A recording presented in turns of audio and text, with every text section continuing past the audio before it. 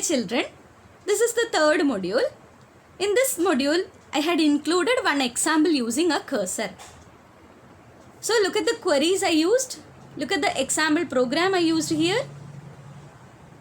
Import mysql.connector as mys, mycon, that is I am using the connect function to create a connection object. Then I am using a cursor function to create a cursor object. After that, I am trying to execute my query. So while I am printing my cursor, I will get the query like select star from emp. MySQL cursor will hold the query like select star from emp. The output shows the cursor is created and the query is fired and stored, but no data is coming.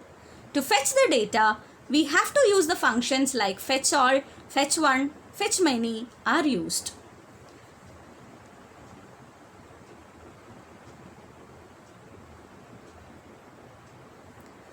Fetching or extracting data from the result set, that is the set of records. That is the fifth step, to extract the data from the result set or from the cursor. We are having many functions like fetch all. That means what? Fetch all the records. Fetch one. It return one record from the result set. That is, first time it will return the first record. Next time it will return the second record, and so on till the last record. If no more record, it will return none. If the query returns no value, that is no record found, then the cursor will have only none value. Then fetch many. It will return an n number of records. That is no more record. It will provide an empty tuple. If there is no record found, it will return an empty tuple. Then row count. It will return the number of rows retrieved from the cursor so far. My dear children, let me give the example using fetching.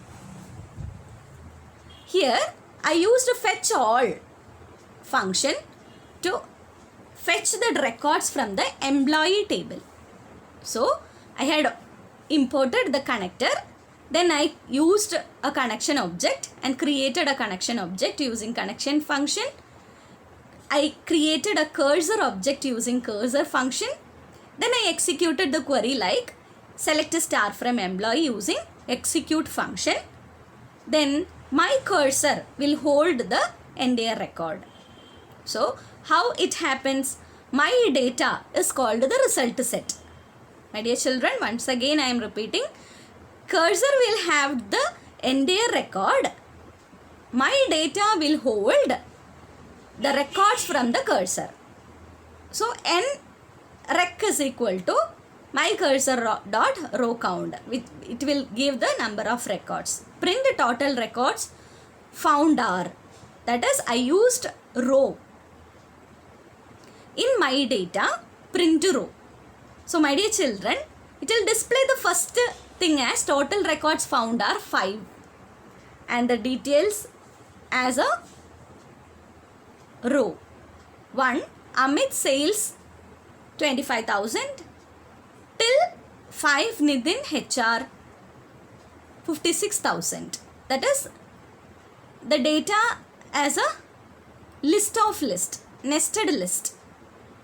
So for the first go, it will print one record. Second row, second iteration, it will print the second record. Third iteration, it will print third record. Till fifth, it continues. The repetition happens. That is why we used 4 row in my data. So my data is considered to be what? A result set of record. Row is a single record. Hope you are all clear about how to use fetch all function.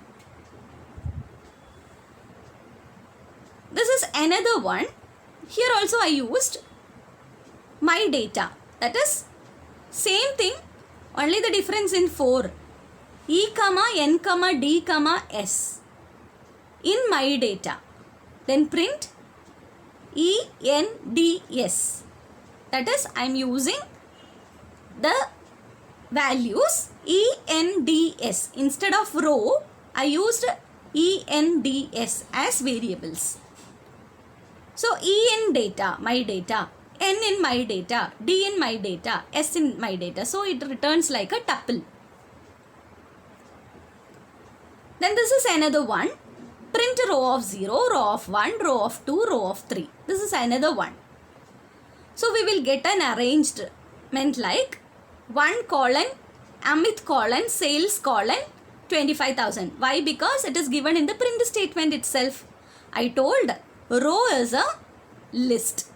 My data is a list of list. Once again I am repeating, row is a list. My data is a list of list. So row of 0 will give my data's first element. Row of 1 it will give my data's second element. Row of 2 it will give my data's third element. Like that it will return the values from the cursor or from the MySQL table. I think you are all clear about how to use the fetch all function. Till that it is very similar. Only I am changing the for loop. According to the change in the for loop, we will get the resultant in different format. The further detailing will be in the next module. Thank you.